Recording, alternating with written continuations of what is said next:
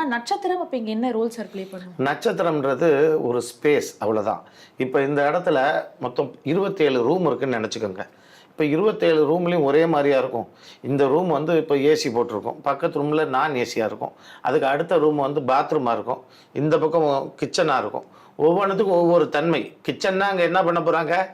சமைக்க போகிறாங்க. பாத்ரூம்னா குளிக்க போகிறாங்க. அப்போ ஒவ்வொன்றுத்துக்கும் ஒரு தன்மை உண்டு.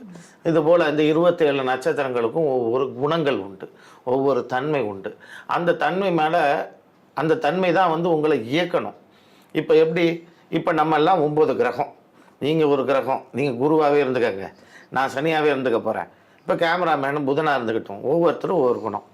இப்போ நான் இந்த ரூமில் இருக்கும்போது நான் என்ன பண்ணணும்? பேசணும். அதை நீங்கள் படம் பிடிக்கணும்.